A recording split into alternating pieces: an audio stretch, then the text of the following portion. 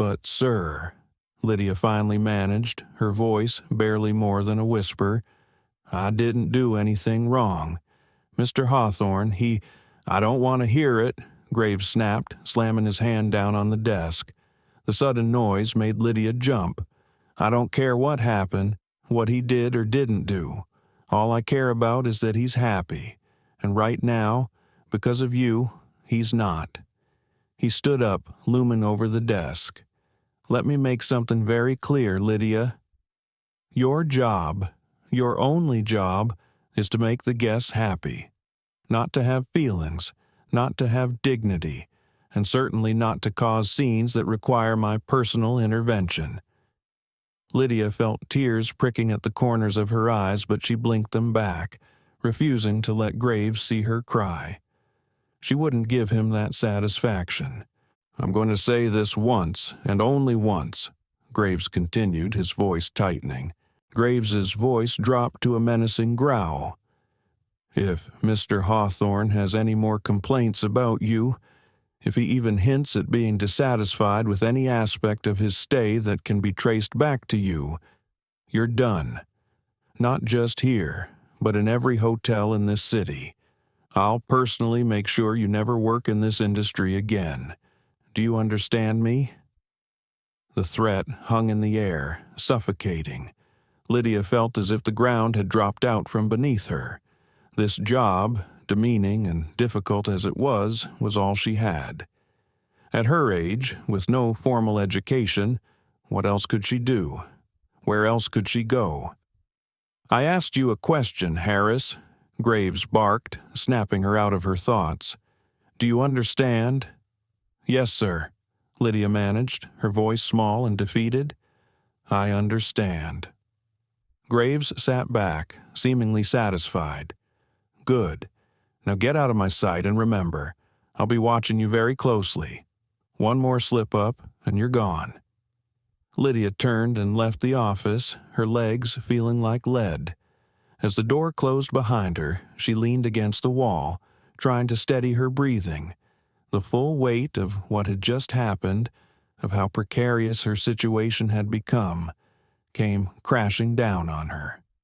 She had been humiliated, lied about, and now threatened with the loss of her livelihood. And for what?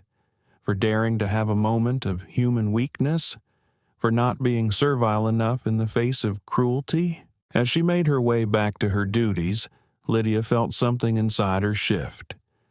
The quiet dignity she had clung to through years of hardship, the small flame of self-respect was flickering, threatening to go out entirely. In its place, a cold, hard knot of despair began to form. "Is this all there is?" she wondered. "Is this what the rest of my life will be? Serving people who see me as less than human, always one misstep away from disaster?" But there were no answers, only the work ahead of her, the endless tasks and the mask of servility she would need to wear. With a heavy heart and a spirit on the brink of breaking, Lydia returned to her duties, the weight of her circumstances pressing down on her more heavily than ever. The rest of the day passed in a blur. Lydia moved through her tasks mechanically, her body going through the motions while her mind reeled from the day's events. The luxurious corridors of the Silvercrest Hotel, once a source of awe, now felt like a gilded cage. Every gleaming surface reminded her of her precarious position. Exhaustion set in, not just the physical tiredness from the labor, but a deep, bone-weary fatigue that seemed to seep into her very soul. Hawthorne's cruelty, Graves's threats, and her forced complicity in her own humiliation weighed her down, making each step, each task, feel like an immense burden. The other staff members avoided her, their sidelong glances and hushed whispers following her through the hotel. Word of her encounter with Hawthorne had spread through the staff, isolating her even further. By the time night fell and the hotel's pace slowed, Lydia found herself assigned to the late shift. The guests retreated to their rooms, and the skeleton crew of night staff took over. In the relative calm, the events of the day loomed even larger in Lydia's mind. She was cleaning one of the lower floor corridors when Graves's voice cut through the quiet. "Harris," he called, his tone sharp and impatient. "Take fresh towels up to the penthouse suite." Lydia's heart sank. The penthouse suite, Mr. Hawthorne's room. "Yes, sir," she replied quietly, her voice barely audible as she gathered the towels and prepared herself for yet another humiliating encounter. Lydia made her way to the service elevator, and Graves fell into step beside her. "Remember what we discussed," he said, his voice low and threatening. "No mistakes, no scenes. You're to be invisible. Understand?" Lydia nodded, not trusting herself to speak. As the elevator doors closed, she saw Graves's narrowed eyes watching her until the last second. The ride to the penthouse felt interminable, her anxiety growing with every passing floor. What if Mr. Hawthorne was awake? What if he decided to torment her again? What if she made a mistake and Graves followed through with his threats? When the elevator finally stopped at the top floor, Lydia took a deep breath, steeling herself. She stepped out into the plush corridor, her footsteps muffled by the thick carpet. The door to the penthouse loomed before her, imposing and intimidating. With trembling hands, she knocked softly. No answer. She knocked again, a little louder. Still nothing. Relief washed over her. Mr. Hawthorne must be out or asleep. Quietly, she used her master key to let herself in. The suite was dark and silent, confirming it was empty. Lydia moved quickly to the bathroom, intent on leaving the fresh towels and getting out as fast as possible. But something caught her eye. A wallet, Mr. Hawthorne's, lying open on the marble countertop. It was filled with cash and credit cards. For a moment, Lydia froze, staring at it. A wild thought flashed through her mind. How easy it would be to take just a bill or two, enough to give her some breathing room, maybe even enough to quit this job. Mr. Hawthorne would never miss it. It would be a small revenge for how he had treated her. But the thought vanished as quickly as it had come, leaving her feeling ashamed. No matter how badly she was treated, she was not a thief. She had her pride, her integrity. It was all she had left. Hurriedly, she finished arranging the towels and left the suite, locking the door behind her.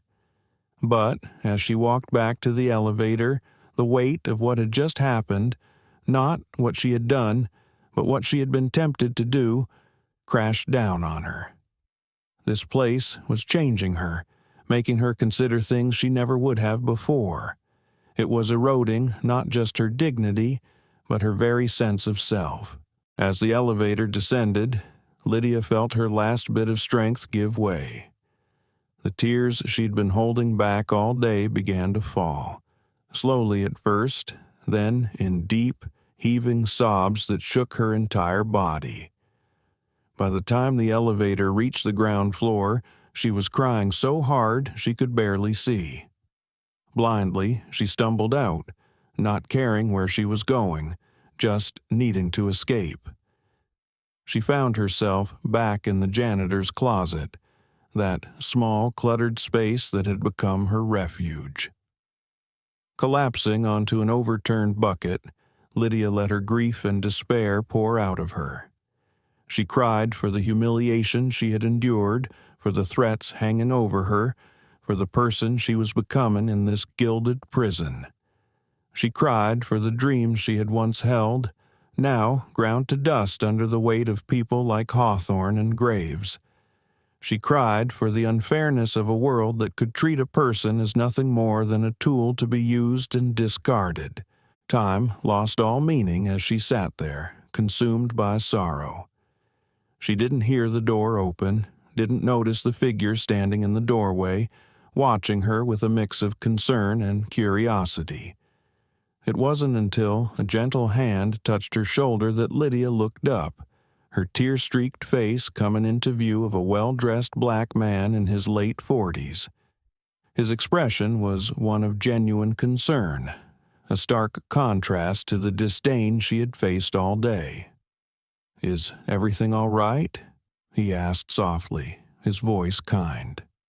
In that moment, as Lydia looked into the stranger's compassionate eyes, something shifted inside her. Little did she know that this unexpected encounter was about to change everything. She blinked, her vision blurry from tears, struggling to make sense of the man standing before her. His tailored suit and polished shoes seemed out of place in the janitor's closet, surrounded by mops and cleaning supplies.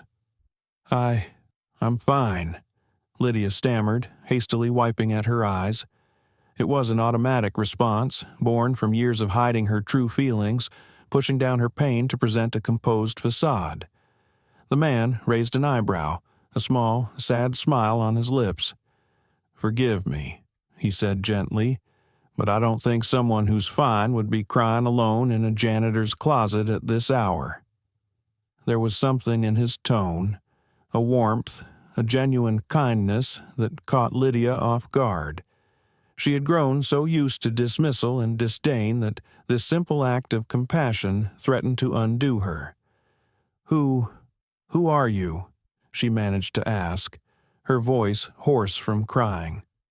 The man straightened, smoothing his suit jacket. "My name is Marcus Holloway," he said, extending his hand. "I'm the owner of this hotel." Lydia felt as if the ground had shifted beneath her feet.